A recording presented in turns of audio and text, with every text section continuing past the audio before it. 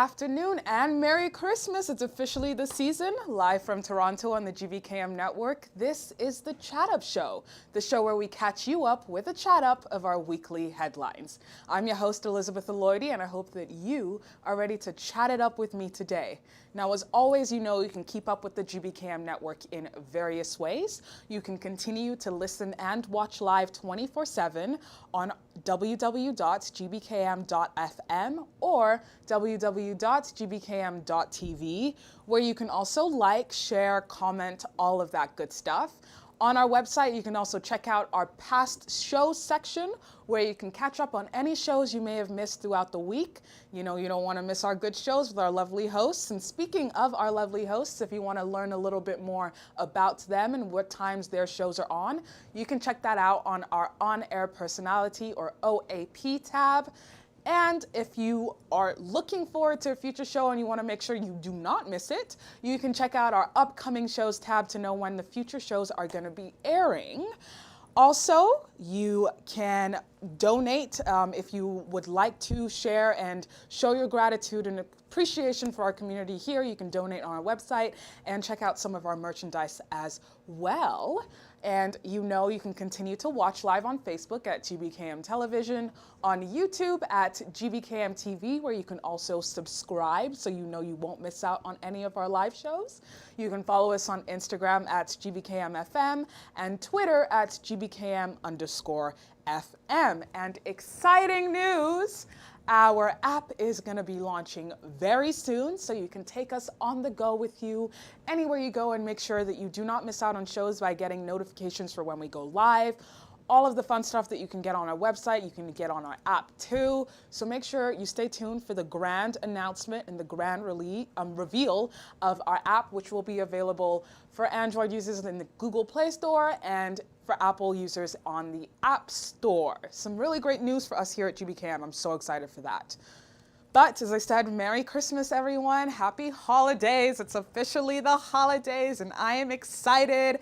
I'm feeling rather festive today with my scarf. I can't even lie. I felt like I needed to, bring a little holiday cheer in here. But it's exciting. It's a holiday season. It's going to look a little different this year just because we're all dealing with this pandemic and coronavirus is very much still around and it's still with us. But we're going to try and find some holiday cheer wherever we go. I mean, singing Christmas carols in the car, if you will, at home, doing whatever you need to do. You can still decorate, find little ways to give us some pockets of cheer during this season. Am I right? But without further ado, let's dive right into today's topic because I feel like there's a lot we want to discuss. And one thing that I want to just start off by talking about is the notion of privilege. Privilege is something that often those who have it don't necessarily recognize that they have it. And those who don't feel that they have enough privilege are, they see it and they know it. And there's one term that is rather polarizing, and that is the term of white privilege. A lot of folks feel a disdain towards that term, towards that phrase. They feel that if they have worked hard in their life, why can't everybody else, and that you can't have privilege based on your skin color, whereas there are others who feel that the world is set up to advance certain races above others, which in itself is a form of privilege. And I feel like the story or discussion or chat, if you will, for today's show kind of, I would say is the epitome, maybe even the height of this quote unquote white privilege, but it also brings up the other side of privilege, which is also financial and economic privilege, wealth, status, that kind of thing, where those who are higher up in the socioeconomic ladder are afforded or awarded certain things because they have the money to pay for it. Some people feel that, healthcare is one of those things.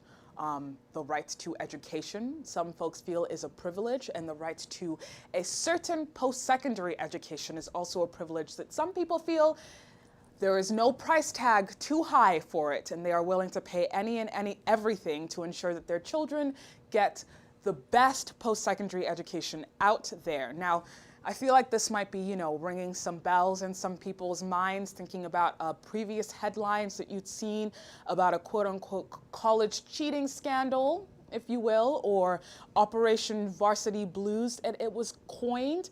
But this has recently resprung in our social media or pop culture sphere, if you will, or the news headlines, because of a recent Red Table Talk that took place at the beginning of this week with Jada Pinkett Smith, Adrian Banfield Norris, and Jada Pinkett Smith's daughter, Willow Smith.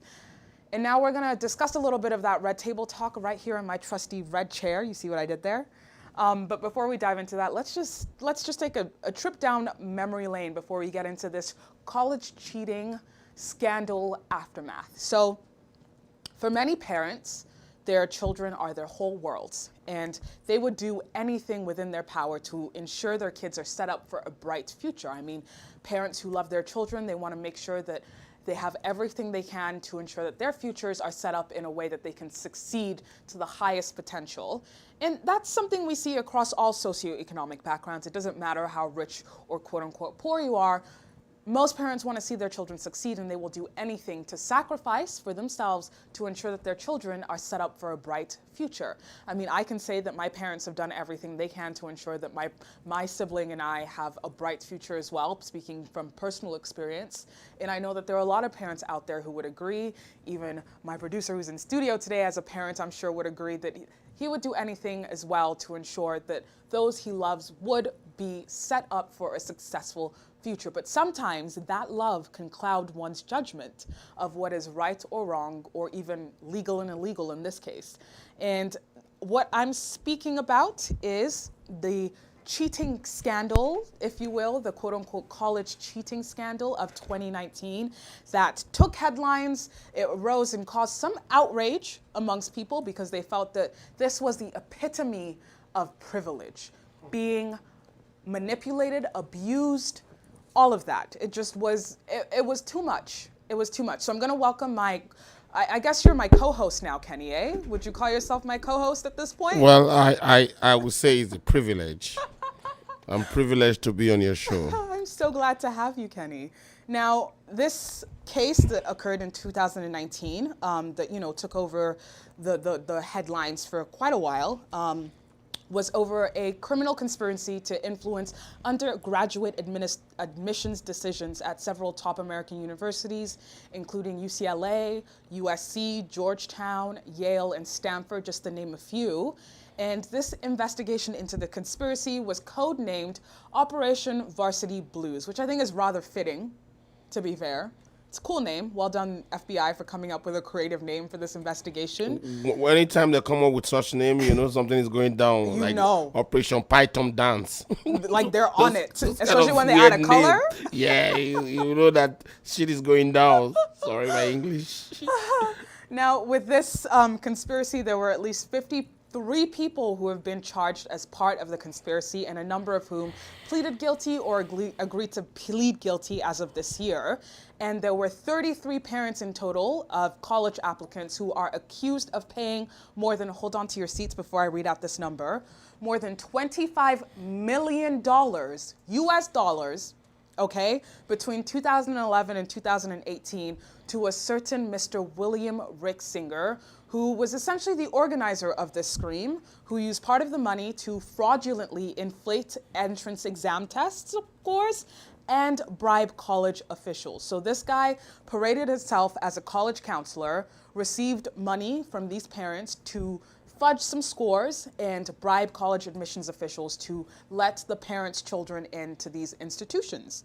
Now, Singer controlled the two firms involved in the scheme. One of them was Key Worldwide Foundation and the Edge College and Career Network, also known as the Key. He himself pleaded guilty and cooperated with the FBI in gathering incriminating evidence against co-conspirators. So essentially, I guess the streets will call him a snitch, right?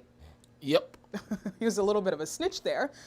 He said he unethically facilitated college admission for children in more than 750 families.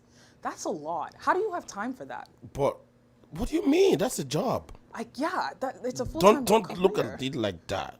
Okay, they see it as a job. Yeah. So it's just like you go to your 9 to 5. They're getting paid. They're making it. What do you mean? That's a whole lot of money, revenue right there. That's a lot, but it's a lot. I'm not trying to say it's a good thing. Yeah. But don't look at it like, how do you get time for that? You make time for that. That's true. Because when money talk, BS work. especially when it's $25 million. That's what I'm talking about. Now let's quickly fast forward.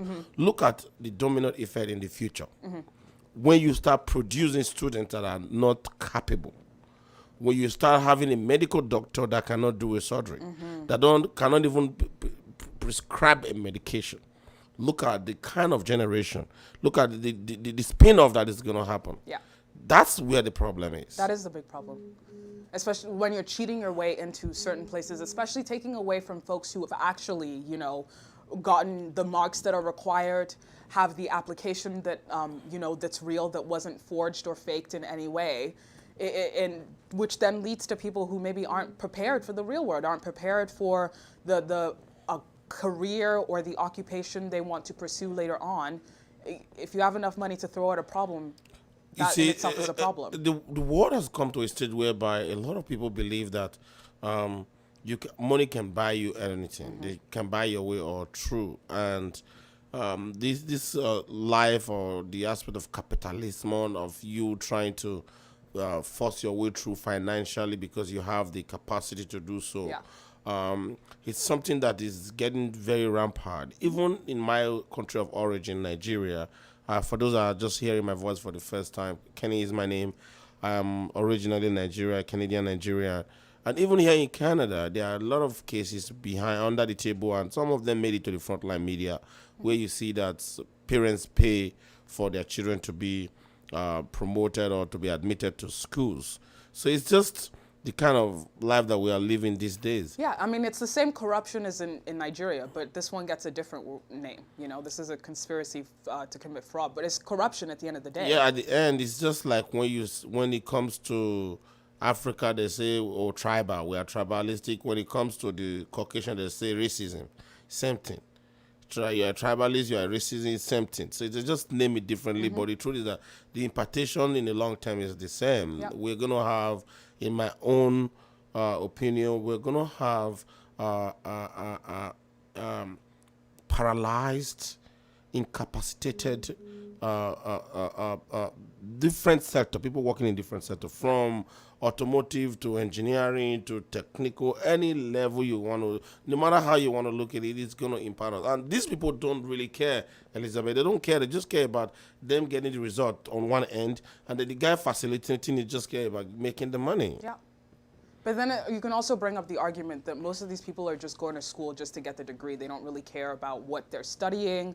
It doesn't really matter what they major in because it won't affect them. If they have the means to throw this kind of money at this situation, then they're probably set up for the rest of their life. This argument came up one day, and the guy told me, oh, tell me how many times you've used what you learned in the school in your office. Well, it's different for certain. I use it every day. So some people will tell you that if y is 9, y plus z is 17, find y. How often do you use that? That's true. So they come with very crafty ways to justify their actions. They'll tell you, to be honest, that whatever you study in the school, you don't use it. But I don't think that's the truth here, because the bottom line is there's the reason why you study everything. There's the reason why you major. There's the reason why you have a PhD. And those cannot be... Bought. No, not at all. So I think it's just about selfish interest here overall. Yeah. And it's going to... I'm glad that the story came up again, so we all can refresh on it and talk about it. But it's something that we need to bring more on the frontline media every day, because it's really going to impact our tomorrow. Yeah. Look at the generation. Go ahead. I mean, this is something that went on for 7 years with just this case alone. That's 7 years on record. Yeah. So because it could have started earlier. Yeah. I can tell you, not that I was there, but there could be some off-record track, on it. And whether we like it or not, we in the media has to be discussing this all the time. A lot of people, for example, I was talking to somebody the other day, and his fear was that he's trying to hire, and then we're talking about G98.7, and the guy is like, oh, you know what? The problem, we should stop hiring family and friends and favoritism and neighbor and Nepotism, so on. right? We should hire people that are qualified. So they're all tied together, because somebody has money, they tell you, you know what, I'll do you another favor in return, and then you get hired or you get put into the school, whatever. Even if it's in kind or in cash, corruption is corruption. Or it's seen as a donation to the school. Of course, they just change it, Like somebody was saying that if your friend is in politics in Nigeria, you call it, I have a connection to do this business. But if it's not your friend, somebody else that is involved directly, you said, oh, it's corruption. It's like that. Yeah. But again, I thank you for bringing this up. We have to do more to educate people the impact. I think we're doing less to let people know the implication and the impartation in the long term. Yeah. See, Elizabeth, I know somebody that came to Canada, and he was a medical doctor in some country in Africa. I don't want to mention the name. And he goes, Kenny, I must tell you the truth. All these things I'm seeing in this lab, the only time I've only seen it is in the picture. So, and he was Practicing? He was supposed to be, he was practicing. So should he have those need to to use those equipment, that's murder right there. So these things have impartations when we start buying our way through. There's a reason why this person is not qualified. There's a reason why this student don't have those grades to get into those programs. There is a reason. The why factor is very important. That's true. Now, moving on to just some of the charges that Singer, who was the head of the operation, he faces up to 65 years in prison and a fine of $1.225 million. Which, would you say that's a fair sentence? Well, 65 years? Let's start from the money, the fine of the money. How much did we estimate that he made? At least more than $25 million. Okay, so if you are estimating that he made more than 25 million and you're asking him to pay 25 million, practically you're asking him 10% of what the fraud he did. That's number one. That's my own view, and this is clearly my own view. In fact, it's less than 10%. So you see what I mean? So you're saying that, let's say my name is a Hush Dog. I don't want to use the complete name. And I made $10 million, and I get caught, and then you say I should bring $10 out of the, you know what I mean? So at the end, I just pay you off. Yeah. That's why they go score-free. That's why they do what they do, because you know what? If they're able to reach the apex by accumulating such wealth, they can buy their way out. Yeah. That goes back to buying your way out again as they were buying their way. Now let's talk about the years they talked about. 65. 65 is a lot. Yeah. That's the rest of his life. Yeah, 65 is a lot. But I mean, it's 750 families here. So yeah, but the question we should be asking is that, what about the family that came to him? we'll get to them. What happened to them? Well, we'll get to them. So first, let's just go through what it is he's going away for. Federal prosecutors alleged a college admission scheme that involved bribing exam administrators to facilitate cheating on college and university entrance exams, so the ACTs, the SATs that folks take, bribing coaches and administrators of elite universities to nominate unqualified applicants as elite recruited athletes, thus facilitating the applicants' admission. So they don't have any experience in any of these athletics that they are, putting on their application. Using a charitable organization to conceal the source and nature of laundered bribery payments. So saying that it was a not-for-profit charitable organization that they were paying this money to as a donation, as opposed to it just bribing folks to get their kids So into school. this looks like an organized crime. Yeah, it is organized crime at the end of the day. I mean, he had names for these corporations. Well, that means in that case, the year should be like 120. Because, you see, there's what we call premeditated. I mean, most things are premeditated, but when you get to the organized level and you put it in the scheme, This is organized. whereby you follow through, everything is departmentalized, everything is structured out. That kind of a person, I think you should have 62 by 2 years. 104 years. That's a lot of years. I mean, sucks to be him. But Well, don't you think that would sound like a warning for people that want to do it? I think so. Somebody has to at least put that fear out And there. like be the scapegoat for it or set the Well, precedent. yeah, you choose the route. So if you can't do the time, don't do the crime. Very true. Very true. I mean, I'm not trying to be very harsh here, but I'm just trying to looking at No, what. because this was a crime that didn't need to be committed. Now, let me be honest. we're just talking about the people that was brought in. We really cannot estimate the damage in the future that this will make. Some people that are qualified that were not. Yes. They know they were qualified, Yeah. and they didn't take those. They were not. They were deprived. Let me put it that way. Some may be depressed. What if they take their life? That's one part. Because it's very real. That could be a It's possibility. real. It's a real problem. So if you put those factors in place, Yeah, this wasn't something small. And I feel like when this story first broke, especially one of them, Lori Loughlin, who we know as Aunt Becky from Full House, her daughter came out and she was like, why is everyone so worried about this? Like, it's not like it's that big of a deal. Her privilege speaking and her ignorance, which she did mention when she came on Red Table to discuss what happened earlier this week, was that her attitude about the whole thing was, why do people care? And what you just brought up is a very real reason why people care, is that there were people who were qualified for her, essentially her admission, who did not get it, who probably needed that to, move to the next stage in their life. They didn't get it. They had no other option. And then what happens to them? and you see, and then let's take the person that had the option and take the option and cannot even use it. So you're just killing the whole process. Yeah, because she dropped out after this all came out in her freshman year. You see what I'm saying now? Yeah. Now what has happened? You terminate that process, terminate the person that was supposed to take the process, and by so doing, you have incurred a rod of fire in that privileged person's. I mean, the person that is supposed to look at example like people like us. I came from Africa. I worked so hard. Everything that I've worked so hard for. Even as I speak, I still work 7 days a week, 14 days every day. And then let's say you get to the time now for me to cultivate. Some guy comes now, and I put all my bidding in, know that I'm qualified to get that contract, that deal. Then Elizabeth show up because he know the president or the vice president, whatever, pay her way and then take it. But I have worked 14 hours and 14 years, 7 days a week to get to that position. See, but then people will say, sorry, you couldn't afford to buy your way in. Life's not fair.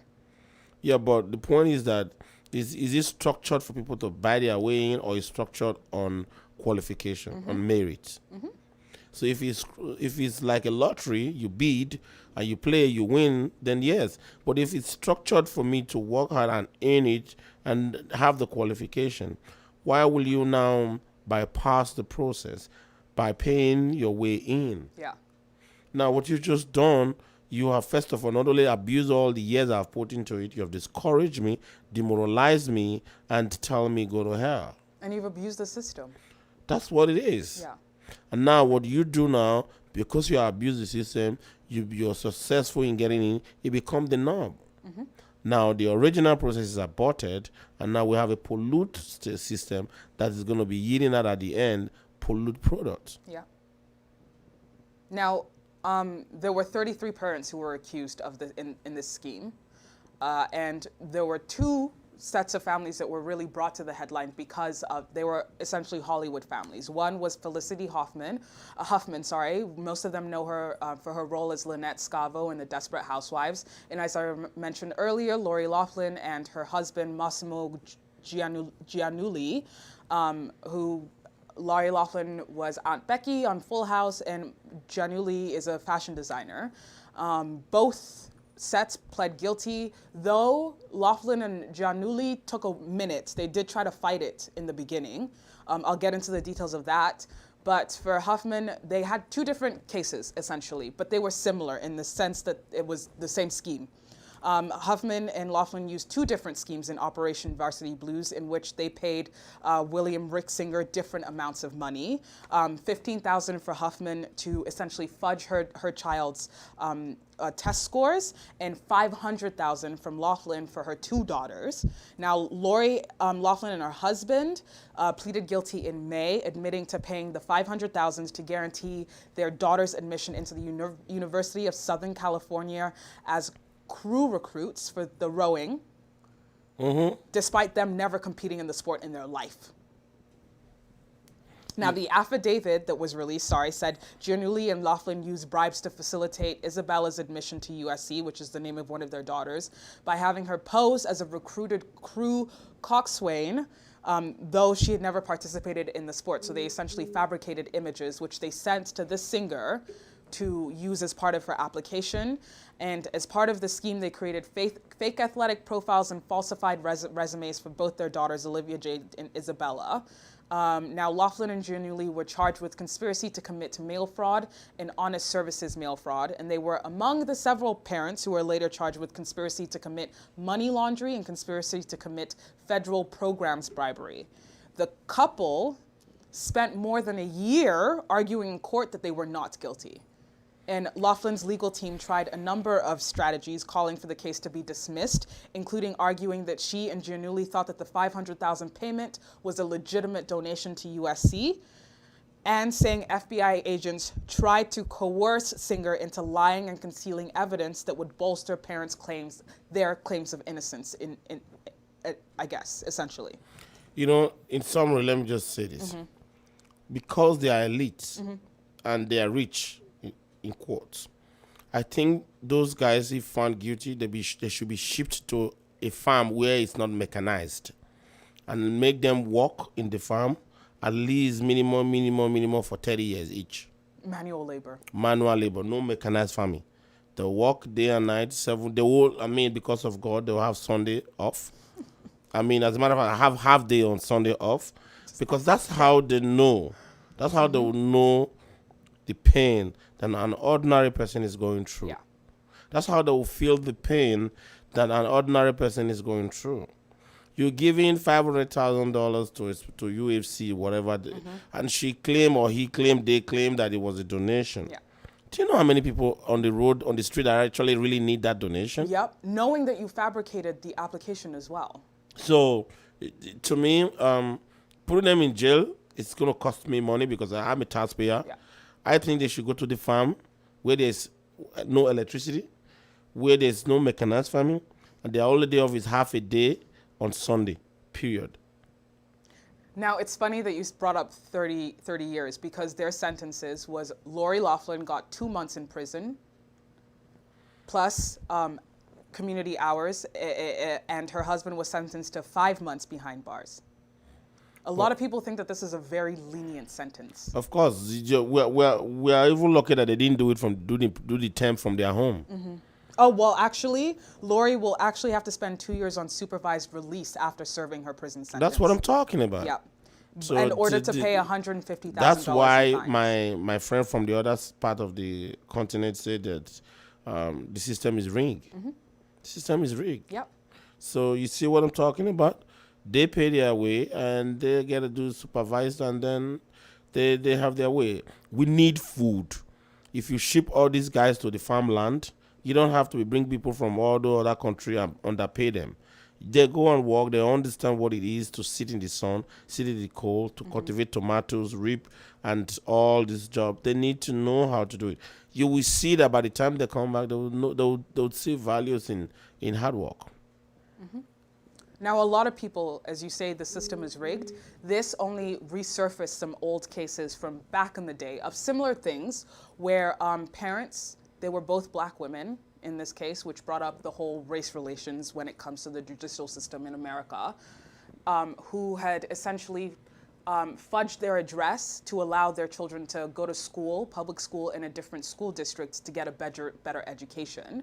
One of the parents, just looking up her name, was Kelly Williams Bowler, who is a mother from Akron, Ohio. She was jailed for 10 days after falsifying an address to get her daughters into a better school. Now, the thing with this case is the address that she put on the school application was the address of her father, where the kids had actually spent half their time living because of Williams Bowler's work. So they actually did spend half their time living in that district, so the mother felt, well, it's kind of half true, so I'll put this on the application so my kids can get a better education in a better school district. You see, my take on this is this. The system, again, is rigged. When they create, some of these things are designed with loopholes. Yeah. And some people are very crafty. They are very smart in taking the loopholes. First question is, why will there be a better school in some area and there's a not better school in some area? Quote unquote property tax. Number one, right? Number one. Why is it not equal for everybody? Yes. Because we live in the same country, the same government, the same tax, whatever you call it. That's number one. Number two, once this is noticed, how hard is the government or the system working to cover up the loopholes? That's number two. Number three, do you think the parents deserve the best school for their child? Do you think it's a crime to want your child to go to get the best? Number four, well, if you say there's nothing like half truth, partial truth, the truth is truth, like the child was living there, it becomes a technical issue.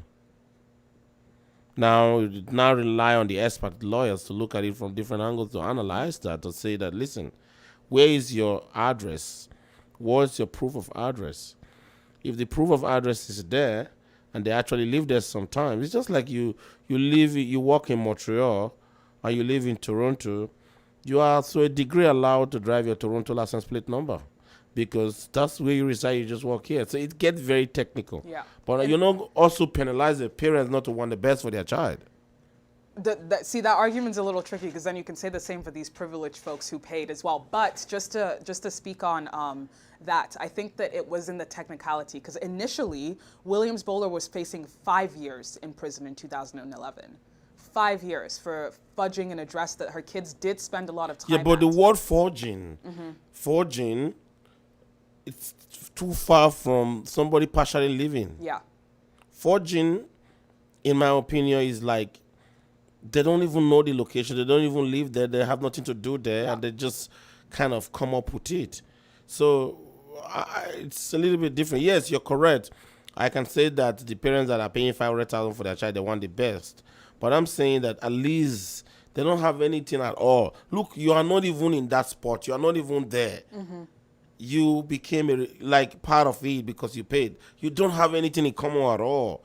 It's different from I go visit my grandma, I spend 3 days every week, and now I have a best school in that area and so on.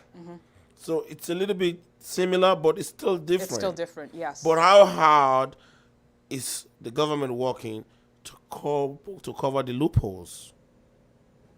That's the question here. Because you see, if it comes to ordinary people, things that ordinary people can benefit, the loopholes, in my own submissive opinion, are very easy to close. But when it comes to the elites, you remember a lot of scandals have come out in different political camp where they favor their friend. You see that the loopholes still remain. Yeah. Because that's $1 million talking. And that's the conversation of privilege as well. Financial privilege that Of can course. buy you your freedom, essentially, in this So case. the first thing a lobbyer would think is, what are the loopholes? Once they know the loophole, they buy into that loophole. Yeah. And say, you know what, I'll give you this money, give me this, and we'll use this in our defense. Let me bring up a second case that happened. This was also in 2011, the case of Tanya McDowell, who was a homeless Bridgeport, Connecticut mom. And she was arrested for first-degree larceny for enrolling her 5-year-old son into a school in a neighborhood. She was actually sentenced to 5 years as well for the charges connected to sending her son to a school in a different school district. And the reason she did that was because though she was homeless, she was able to stay in an apartment in the district at night, but not during the day, so it wasn't considered a permanent address. You see, to be honest, sometimes that's why the judges will say based on the evidence before me, because they know that sometimes it look white, it's not white. Yeah. The first thing is homeless. The second question is, are you really going to deprive a homeless person child not to go to school so that their child will continue the legacy of homelessness? Because they would arrest the mother if the child wasn't going to school for truancy. So that's what I'm saying. Yeah. Do you want the legacy of homelessness to continue, or you want somebody to take their destiny into their hands and do what they can? That's number one. Number two, this person was actually kind of indirectly residing. So I don't know much about that case, but it sounds like somebody was unable to get a parent lawyer. It sounds like somebody was not represented She enough. also had previous drug charges as well and was arrested on drug charges too. So there's also that in the mixture, but specifically So for... we'll say she was already known by the law. Yes, essentially. But for the actual specific case of sending her child to a school in a specific district, 5 years. Yeah, but it still looked to me, I'm not abreast with the total information as to this very... The legalities of it. Yeah, but I think that things like this happen a lot when you are not represented properly. Yes. I've seen somebody go to jail for 4 years for just stealing a candy. Yep. Because there was no lawyer, there was nobody there. And the guy said, you know what? I can represent myself because they don't know better. Yes, don't mind you, it wasn't in Canada, but it's still planet Earth. Yeah. And the guy said, I can represent myself. Now they do everything. It's quicker for the judge, it's quicker for the lawyer, it's quicker for everybody. Let's walk. On that note, I think we should take a quick break before we come back and continue discussing this and continue discussing the aftermath for one particular family and their daughter after her parents were, sentenced, shipped off to jail, see how she's doing, and discuss this red table talk that has gotten a lot of people a little heated, to be quite honest with you. Not everyone is happy about the fact that this person is giving a platform to speak her side about a year after this all went down. So stay tuned and we'll be right back. My name is Kemi Amushon, President, Nigerian Canadian Association. My name is George Chukwu, aka Bluetooth George, Vice President, Nigerian Canadian Association. I'm also known as Lady K, and what are we doing today? We are bringing you a program that you will all love. Most of Nigerians that come here that have teacher certificate in Nigeria, when they come to Canada, usually they do not know how to be able to navigate themselves to get the kind of job that they love. They don't really realize that being a teacher in Canada is actually a very good paying job. It's a professional job. Nigerian Canadian Association in Greater Toronto area, we are bringing professionals to come and talk to you about how you can actually navigate this process and become a teacher in the Greater Toronto area.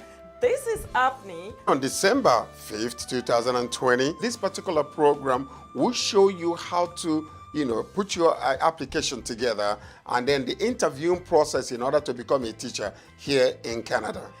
Yes, that means the first Saturday, it is information session on how you can actually apply to be a teacher, while the following Saturday, it's for you, the application process, the interview process, everything is going to be broken down for you. And we are getting these professionals to come on board. Hello and welcome back to the Chat Up Show. I'm your host, Elizabeth Oloidi, and today we've been chatting about the college cheating scandal that stole headlines in 2019 and has somewhat resurfaced again today. And I'm joined by my unofficial co-host, Kenny Baz. Today we're discussing what this case really means, the implication, and the aftermath of it. Now, I'm sure many of you are wondering, why are we talking about this again? It happened last year. Why is it news again? Well, because the daughter of Lori Loughlin and Massimo Giannulli, Olivia J. Giannulli, has recently come forward, recently sat at the red table for a talk with Jada Pinkett Smith, her mother Adrienne Banfield Norris, and daughter Willow Smith, to discuss how this whole scandal really impacted her life, where she's at now, how she feels, and so on and so forth. Now, many people feel that this was another example of white privilege at play, that this was a very privileged white woman who came from a wealthy background, whose parents committed a crime they had no business committing, and is now choosing 3 black women to essentially rehabilitate her image after it has been tarnished by this scandal following this highly publicized case. Now, one of the people who were very vocal about her point of view was Banfield Norris, who is affectionately known as Gammy to a lot of people. And she said that it was exhausting seeing everything that's going on in the world, and then now to put energy into feeling bad for someone who was in a very privileged position. she just doesn't see herself being in that headspace right now. But instead of me talking about it, I'm gonna show you a clip from the latest episode of the Red Table Talk where Gammy speaks her mind on this situation. Take a look. For me, it's like there is so much violent dehumanization that the Black community has to go through on a daily basis. Yeah. Right? There is so much devastation, particularly this year, 2020, with the pandemic and everything being brought to the table, just how there's so much Inequality. inequality and inequity. That when you come to the table with something like this, it's like, child, please. Right. No, I get that. I'm exhausted. I'm exhausted with everything that we have to deal with as a community, and I just don't have the energy to put into the fact that you lost your endorsements. Right. You know, or you're not in school right now. Right. Because at the end of the day, you're going to be okay because your parents are going to go in and they're going to do their 60 days and they're going to pay their fine and you guys will go on and you'll be okay and you will live your life. Right. Yeah. And there's so many of us that it is not going to be that situation. Yeah. It just makes it very difficult right now for me to care. I totally in understand this that. atmosphere that we are in right now. A year from now, I might feel differently. But right now, in the atmosphere that the world is in, it's very difficult for me to feel compassionate. Kenny, what do you think about what Gammy was saying there? I think she made her point, and one thing that she said that I really like to relate to is she's emphasizing her feelings. She's tying it to a timeline. She's saying that this is how I feel now, and don't blame me tomorrow if I change my opinion. And she has the right, but I think we need to see the lady's reaction to it so that we can now see what was really after and before those statements. Okay, so like actually right before this statement, we do have a clip from where Olivia essentially says what she feels about it, and says what she feels about, you know, people seeing her and saying, I can't feel compassionate for you. So let's check it out right now. So do you understand why different people in the community would be upset? Do you have any understanding of why I would be upset at your being here and what you all did? I would also and the love harm to that hear it it from caused. you because I feel like it's a good learning thing. I think I can understand how wrong it is, and we had the means to do something and we completely took it and ran with it, and it was something that was wrong. And I think what a lot of people, not that it matters because nothing that happened was, it really can't be excused. Like on paper, it's bad. It's really bad. But I think what a lot of people don't know is my parents came from a place of just, I love my kids. I just want to help my kids. Whatever's best for them. I've worked my whole life to, you know, provide for my family. And I think they thought it was normal. Right. And I think that there was a college counselor involved who seemed legitimate and ended up not being legitimate. And in that community, it was not out of the ordinary. Right. And it's embarrassing to say that I didn't know. You know, one thing that I think we can take away from this clip is that she recognizes the wrong in the situation. And though, you know, she does say like it was coming from a place where her parents loved their children and wanted the best for them, she still knows that it was wrong. But the choice of words, the choice of word that she used On paper. on paper, we have the means. I don't know. My parents have the means. The means. So it means that it's a license to do what you want to do. So I think her choice of words, in my own opinion, that it shows that she's not remorse. No matter how she tried to make it sound, when you listen to what she's not saying, in my own submissive opinion, this is my opinion, I think this is just blah, blah, blah. this is a stage walk, a firework for the media. And on that note, actually, a lot of people feel that this was a very clear publicity stunt to try and rehabilitate her image. And coming to this talk specifically, you know, folks say that the Red Table is a space of healing. It's a place where folks can get their side of the story out. They can seek compassion, all of this stuff. But they felt that she had no right to come to this table. And one person in particular actually tweeted about her feelings. This was writer and actress Franchesca Ramsey, who tweeted her feelings saying, but shouldn't we, quote, shouldn't we give space for people to learn from their mistakes and change? Sure, but offering an apology doesn't mean you're owed forgiveness. And as Gam said, I'm mostly bothered that Olivia essentially demanded emotional labor from 3 Black women to help rehab her image. Olivia has 1.8 million followers on YouTube. She easily could have made an apology video for her publicist to circulate and be done with it. This appearance was a calculated move of, if these prominent Black women forgive you, everyone else will too. It's the transparency for me, end quote. You see, these people have team of people working for them, developing content for them, strategizing their moves for them. So the world has gone to a stage whereby it's getting very difficult to be fooled.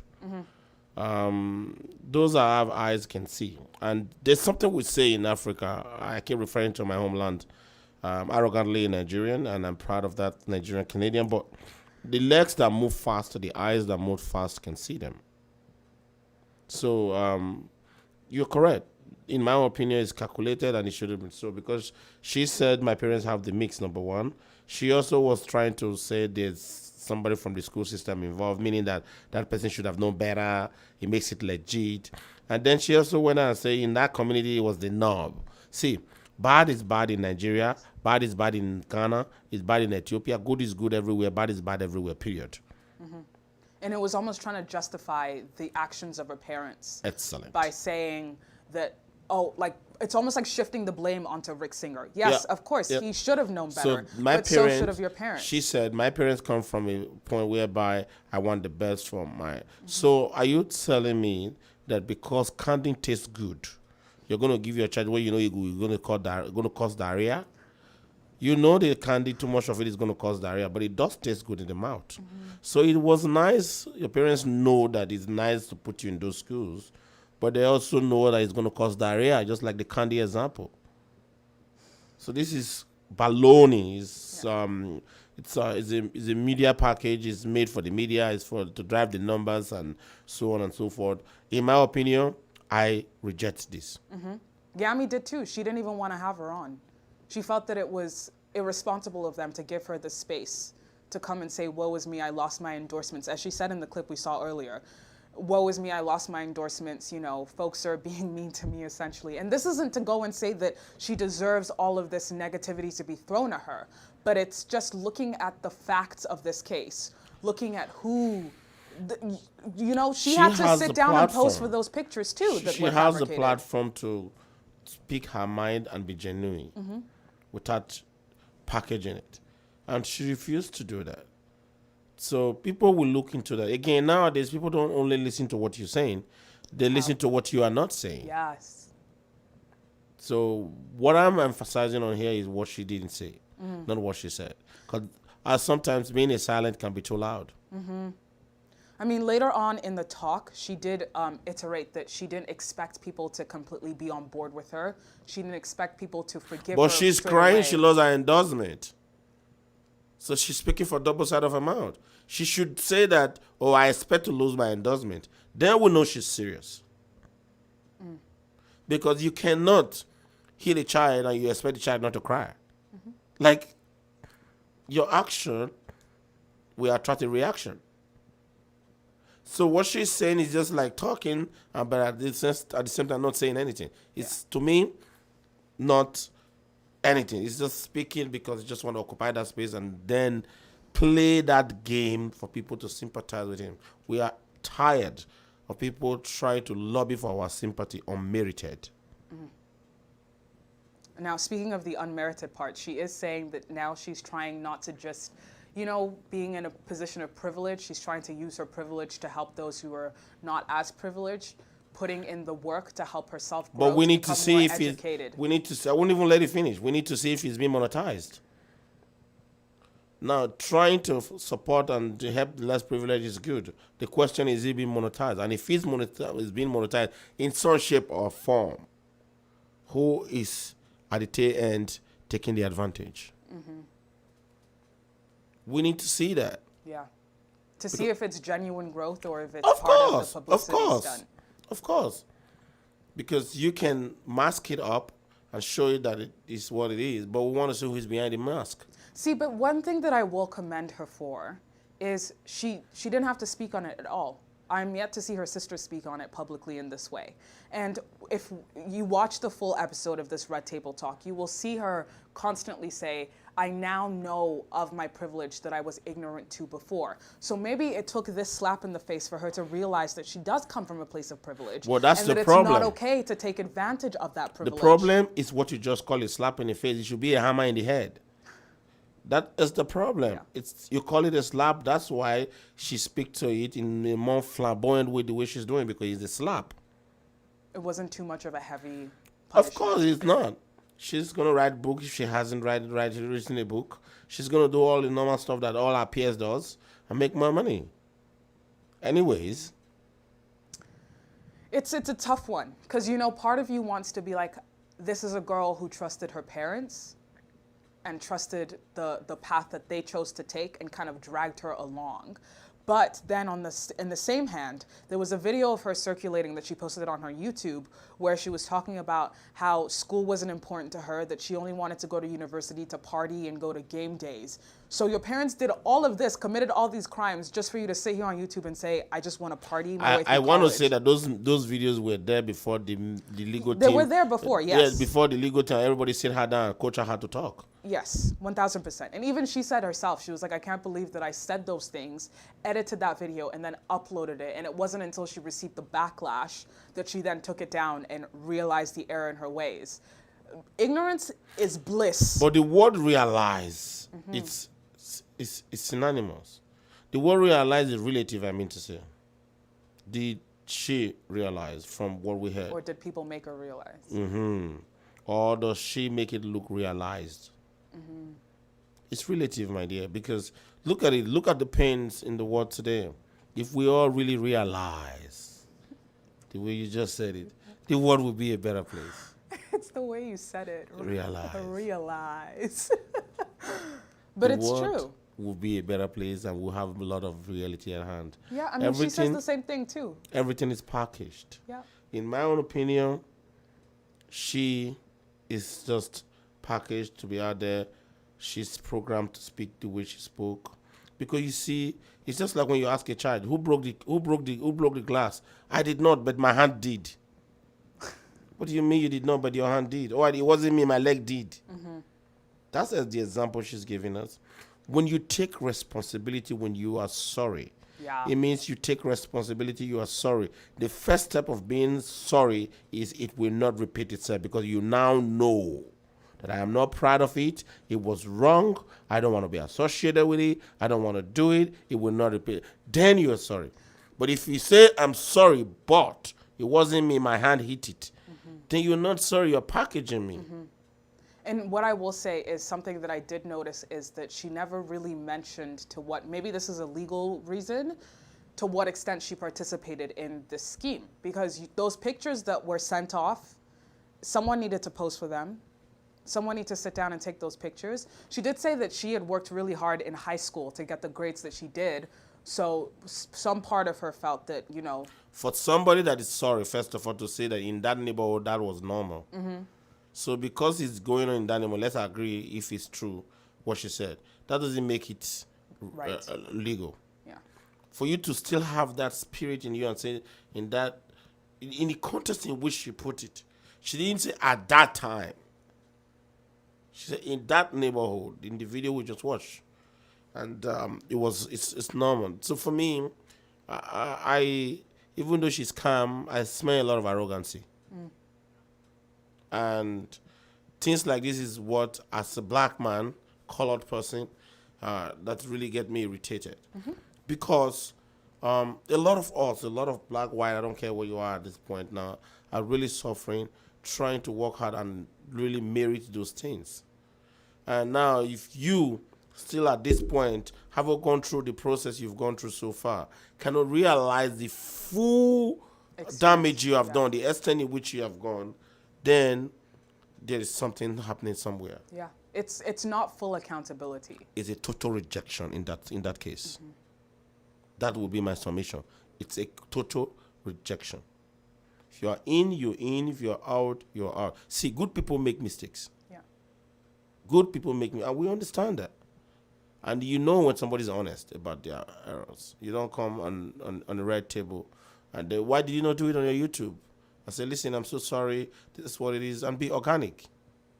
Don't come and be doing a premeditated speech. And I think the reason a lot of people felt this way is also because her parents tried to plead their innocence for so long. For about a year. Because they have the money to play. Because their lawyer was playing into a lot of technicalities. They have the money to play with the play ball. That's what it is. When money talk, BS walk. And that's why many people don't have sympathy for her or her situation. I don't think this is my own, and forgive me if you disagree, I don't think she's far from the parents. Because you will know if that interview would have displayed. She did say that she's never going to do this for her children, though. So But let me that. tell you something why I think she's not far. She don't want to go to jail. If she's still roaming around the core truth, that's an example of what the parents did in the court. It's a perfect example of how the parents were trying to beat. Yeah, that's what it is. You see a pattern. There's a pattern there. I'm not trying to be like Antonin or whatever, Crown Attorney here, but I'm just trying to say that you call a spade a spade. To me, it's a no, and it's a total rejection. I know I've said it more than 5 times since, and I can say it 1 billion times because it is what it is. I think this whole thing is just a learning experience, and hopefully, I know that like almost diminishes just the extent of what happened, because this is a serious thing, and it has a lot of there's a wave effect, you know. As you said, that there are people who may have missed out on their opportunity because they cheated their way in. It could have really had a domino effect that's negative and had negative impacts on other people. But hopefully, she can take this as a learning opportunity to help her grow, to help her understand the way of the world, to help her understand her privilege as a white, wealthy woman in this world, that she's even able to sit here and seek some kind of sympathy from people. No matter how many times she'll say, I don't expect folks to forgive you. I mean, you kind of do if you want to come on a public platform to share your side of the story. Yeah, it's like you trying to say that, oh, well, I don't expect no result, but I'm playing lottery. I don't want to win. I don't like money, but I'm playing lottery. I just play every Saturday, but I don't Just like for money. fun. I just play. Listen, you can tell that to my children, and not even my adult children. The one that is just 6 months old, you can tell that to them. You understand? Doesn't work no more. These guys don't realize that it doesn't work no more. Information is at your fingertip these days. So they have to start up understanding that you can't be doing that no more. You can't cannot live in tell me ignorance. I'm sorry, but it's not me. It was my didn't leg. know. I didn't know. No, take responsibility. Good people make mistake. Period. If you're sorry, and own it to the end. Don't if and but. It's not allowed. Impossible. Nonchalant. No. Everything, no, zero. I think on that note, we are going to conclude today's show. Thank you so much, Kenny, for joining me with this Thank you for having conversation. me. As always, it's always a pleasure and a privilege to have you as my co-host. And that concludes our chat up for today. As always, you know, it has been so nice chatting with you. And unfortunately, I have to say, it will be almost the end of our season for this year. I'm going to be taking a quick break, but don't worry, I'll be back next year. I will definitely let you guys know when that debut date will be. I'm just warning y'all in case you guys are sad and upset you don't see me 1 week, just letting y'all know that the season is almost over, but it's been such a pleasure chatting with you all today. As always, you can keep up with us live 24/7 on www.gbkm.fm or www.gbkm.tv. You can also watch on Facebook at GBKM Television, on YouTube where you can like, share, comment, subscribe, all of that fun stuff at GBKM TV, on Twitter at GBKM_FM, and Instagram at GBKMFM to keep up with any news and updates. You know that we have that app coming soon, so make sure you follow us to keep up to date. You can also follow me, your host, at TIS_Liz_O on Twitter and Instagram. And I will see you at the same time, same place next week. Take care. Hello everyone, my name is Kemi Amushon, known as Lady K, President, Nigerian Canadian Association, Greater Toronto Area. Hello, my name is George Chukwu, also known as Bluetooth George, the Vice President of Nigerian Canadian Association. Recently in Nigeria, we understand and we saw, the NSAS movement based on the police brutality that has been going on for many years. And we know that so many youths have suffered a lot. And we just want to let you know that from here in Canada, our hearts are with you and we are behind you in whatever that you are pursuing. As we all know, this year has been so challenging for everyone. Parents, grandparents, and children, grandchildren, all alike. So we at Nigerian Canadian Association, we want to ensure that this period, at least the children, the grandchildren, the great-grandchildren, they are able to have a feel of what celebration is all about. And also, we know also that the elders, most of them have not been able to go out and they are all at home. So